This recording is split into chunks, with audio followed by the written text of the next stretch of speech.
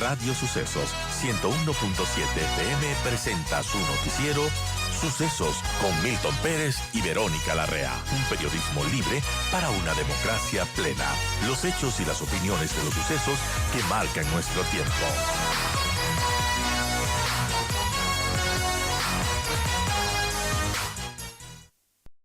Bien amigos, estamos ya de regreso así de rápido para presentar a nuestra siguiente invitada. Se trata de Carla Álvarez, ella es docente del IAEN, experta en temas de seguridad y vamos a hablar acerca de la crisis de inseguridad en nuestro país, porque lo que se ha escuchado es que las muertes han disminuido, sin embargo, las extorsiones, los secuestros siguen aumentando. La población ecuatoriana sigue en terror. Hace pocos días asesinaron a un alcalde. Y bueno, eso es preocupante porque además estamos en el marco de unas elecciones presidenciales, estamos en plena campaña y no podemos olvidar la huella, la herida que dejó el asesinato a un candidato presidencial el año pasado, bueno, hace 2 años en realidad, con Fernando Villavicencio. Eso es doloroso, nos duele al país y nos siguen doliendo esas muertes, nos sigue doliendo esta inseguridad que no nos deja en paz. Gracias a Carla Álvarez, docente del IAEM, por estar con nosotros. Y Carlos, usted en una entrevista de un medio colega, en este caso de Teleamazonas, hablaba de que no podemos hablar de una pacificación del Ecuador porque si bien están bajando las muertes o nos han dicho que han bajado las muertes, pero ese nivel de inseguridad, las extorsiones, los secuestros siguen. Entonces seguimos en un estado de convulsión. ¿Qué hacer en ese entonces si la población está aterrorizada? Eh, ¿Qué debería tener un mandatario? ¿Qué debería ser el siguiente mandatario que tome las riendas del país para de una vez ponerle fin a esta situación? Declarar la guerra quizás no ha servido o se ha servido de algo, pero no ha sido suficiente. ¿Cuál es su criterio, Carla? Bienvenida y gracias por acompañarnos. Hola, buenos días con todos y todas. Pues bueno, nada, gracias por la entrevista y bueno, para comenzar directo al grano, digamos. Nosotros creo yo que como Ecuador no podemos hablar de un estado más pacífico. Sin duda hay una reducción de las muertes violentas, es una reducción que digamos es significativa, son 10 puntos en la tasa de muertes por cada 100.000 habitantes y eso es como una cosa que se puede agradecer. Ahora bien, eso es todo lo que representa la seguridad. Creería que la respuesta es no. No es que sentimos confianza de salir a la calle por la noche, estamos atemorizados y atemorizadas. Y adicionalmente de esto, vemos que hay otros delitos que se cometen en la sociedad. Vemos lo que tú has mencionado, secuestros, extorsiones. Y además de eso, vemos que ha crecido el reclutamiento de niños, niñas y adolescentes, que no hay empleo, que bueno, este mes y el mes anterior vivimos con luz, pero pasamos grandes periodos sin luz, lo que aumenta la sensación de inseguridad. Porque claro, necesitamos comprar una alarma, no queremos estar solos en casa porque no hay luz en todo el barrio, nos movemos en unas horas y eso afecta a la economía. Y de repente se genera un gran círculo donde la inseguridad, además del contexto de violencia, también es una inseguridad que afecta a nuestra economía, a nuestros bolsillos, que nos quita la paz. Entonces, estamos en un estado de zozobra. A esto súmele usted la terrible noticia de los niños de las Malvinas de diciembre, ¿no? Que además se dio en fechas emblemáticas para los que son religiosos, cristianos, pues estas noticias fueron emblemáticas y vemos que hay una crisis en la justicia. Entonces, lo que puedo decir es que nos sentimos, todavía los ecuatorianos y ecuatorianas, nos sentimos en un estado un poco de shock, donde hay múltiples crisis que afectan a nuestra vida cotidiana y esto hace que no podamos hablar de pacificación. O sea, lo de las muertes violentas habría sido un indicador fenomenal si es que habría venido acompañado de otras cosas más Claro. que refuercen esta sensación. Pero como no, resulta que podría incluso pasar inadvertido un indicador que es absolutamente positivo. ¿Por qué? Porque estamos sometidos a estas crisis, como le he comentado. Bueno, es bastante complejo y lo que está sucediendo duele al país realmente. Yo quisiera topar el tema, Carla, de los asesinatos a alcaldes. Recordemos que después del asesinato de Fernando Villavicencio, como mencionaba, se abrió una herida que el país lamentablemente no ha sanado, pero hay 5 alcaldes que han sido asesinados desde el 2023 y han perdido la vida en los últimos 10 meses, los últimos 4. El último, lamentablemente, se dio hace poco con el alcalde de Arenillas, Ever Ponce. Todavía se está investigando este asesinato, pero ¿qué nos dicen estos asesinatos? ¿Qué nos dice de la penetración del crimen organizado con los distintos estamentos del Estado? Hay una publicación que nos catalogó incluso de un narcoestado. No creo que lleguemos a ese nivel de narcoestado, pero con las acciones que están haciendo estas bandas criminales intentan al menos penetrar y creo que lo han logrado en gran medida. ¿Qué podemos decir de estas muertes, de estos asesinatos de alcaldes? 5 alcaldes desde 2023 asesinados. Sí, y no son las únicas figuras políticas, también tenemos asambleístas, candidatos asesinados. Bueno, lo Hace de Fernando poco secuestraron Villavicencio. a un asambleísta que la liberaron, pero eso está pasando. Sí, porque lo que pasa es que nosotros, al menos desde el 2021, hemos visto un crecimiento significativo de la violencia política, ¿no? Es decir, no, esto no es ninguna novedad. No deja de ser doloroso, pero no es una novedad. Venimos de este contexto de violencia política ya desde por lo menos 2 periodos electorales.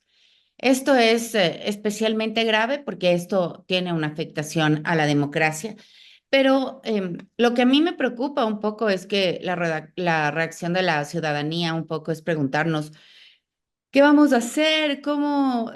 Son preguntas de temor. ¿Cómo vamos a resolver esto? Y bueno, pero lo que deberíamos hacer es hacer una exigencia al gobierno para que proteja a los candidatos, para que se tomen más medidas, para que hayan los recursos suficientes para que se proteja a las personas que están en condición de candidatura, porque eso, como digo, blinda la democracia, blinda el buen funcionamiento del sistema de elección de nuestros representantes. Y la otra cosa que es bien importante que quiero decir es que eh, la herida no sanada de Fernando Villavicencio es una herida no sanada de otros candidatos también. ¿Por qué? Porque además de la tragedia que supuso sus muertes, hay una tragedia que es mayor y es la impunidad, la falta de justicia, la falta de claridad en el sistema judicial, la falta de castigo a los verdaderos mentores o autores intelectuales de lo que ha ocurrido y entonces esto genera un incremento de la sensación de inseguridad que viene del lado de la impunidad. Es decir, los malos no solo se atreven a hacer cosas malas y afectar nuestra vida, sino que además están muy campantes por ahí sin recibir el castigo que se merece y creo que esto es eh, una tragedia nacional y esto es la verdadera razón por la cual no podemos salir del círculo de violencia en el que estamos. Es complejo, Carla. ¿Qué tendría que hacer un nuevo mandatario para, bueno, dar por terminado esto, trabajar en un plan? Como ve también el plan Fénix, que de mucho se habla de él, pero poco se conoce. En fin, ¿qué tendría que hacerse para que esto empiece a cambiar? La declaratoria de la guerra no vemos que no ha dado resultados. Entonces, si una guerra no sirve, ya ¿qué puede funcionar? Bueno, lo que pasa es que em, los instrumentos que debe tener el gobierno para luchar contra la inseguridad deben usarse apropiadamente. El, creo yo que la declaratoria de guerra no era el instrumento apropiado para luchar contra estas condiciones de inseguridad. Y esto lo que ha hecho es complejizar el panorama, lo que ha hecho es utilizar a las Fuerzas Armadas en labores que no le corresponden y después podemos ver que hay un exceso en el uso de la fuerza, un exceso en o un inadecuado funcionamiento de un instrumento que es muy válido pero que en este caso se ha utilizado sin, digamos, sin el criterio suficiente. Entonces, ¿qué lecciones nos queda de todo esto? Pues que tenemos que tener una planificación y que tiene que haber una exigibilidad de la planificación. No podemos decir, soy el gobernante, tengo un plan de seguridad, pero no se lo puedo mostrar a nadie.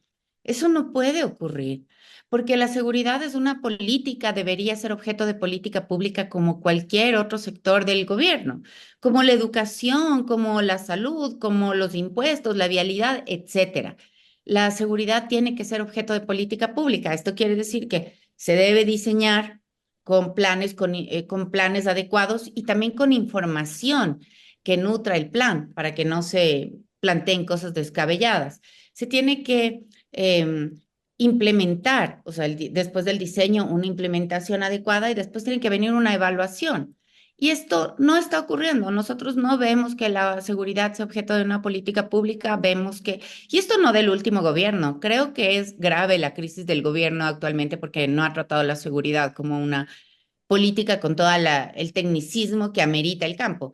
Pero tampoco es exclusivo de este gobierno, es exclusivo de los gobiernos que han pregonado mucho sobre la necesidad de reducir el tamaño del Estado. Indudablemente todos queremos que haya un Estado eficiente. Indudablemente no queremos que los recursos estatales se desvíen donde no deben estar. Pero aún así, la seguridad amerita una inversión adecuada y eso hemos visto que los gobiernos han tomado el camino contrario. En lugar de inversión, hemos tenido los recortes más, digamos, impunes o crueles, por ejemplo, con el sistema carcelario.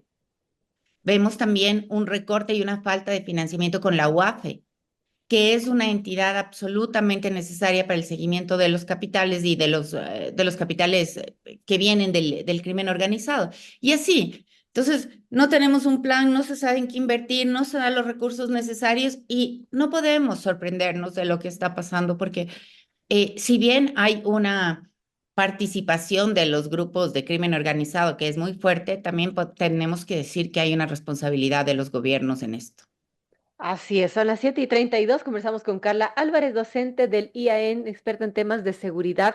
Ahora, Carla, ¿qué podemos esperar de estas elecciones? Porque parece que en años electorales se repite la fórmula de atentados y matanzas, y Ecuador ya tiene ejemplos claros de cómo antes de ir a las urnas y votar, los grupos criminales operan quizás para imponer presiones políticas y temor ciudadano. Un ejemplo fue el aumento de la violencia antes de las consultas populares de Guillermo Lazo y también de Daniel Noboa. ¿Qué podemos esperar entonces de estas elecciones? Hay candidatos, creo que la gran mayoría de los 16 binomios está con una seguridad importante, nutrida.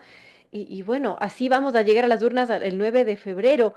¿Qué podemos esperar a su criterio de estas elecciones, de la seguridad de estas elecciones y de lo que pueda pasar? Bueno, vamos a seguir teniendo un escenario de violencia porque nada se ha hecho para revertirlo, para cambiarlo. Vamos a tener a la seguridad en el centro de la discusión electorera, digamos, ni siquiera electoral, ni siquiera en el centro de un debate político serio, sino que va a ser objeto de de múltiples discursos. Estamos ahora en un concurso de seducción. Los candidatos quieren seducirnos con propuestas que nos hagan sentir medianamente más tranquilos o medianamente más cómodos, pero como digo, esto amerita un debate más fuerte porque necesitamos saber cuáles son los planes que efectivamente tienen los candidatos. Necesitamos saber si han pensado en un plan o solo han pensado en el TikTok.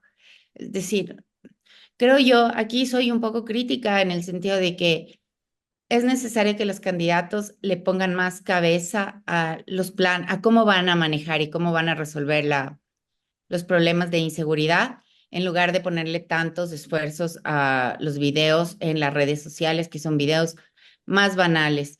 De alguna manera, esto también tiene que ver, es un apelativo a la sociedad para decir, hey, no todo lo que brilla es oro, no podemos quedarnos con simple y sencillamente con las propuestas de TikTok o de otras redes, solo por poner un ejemplo.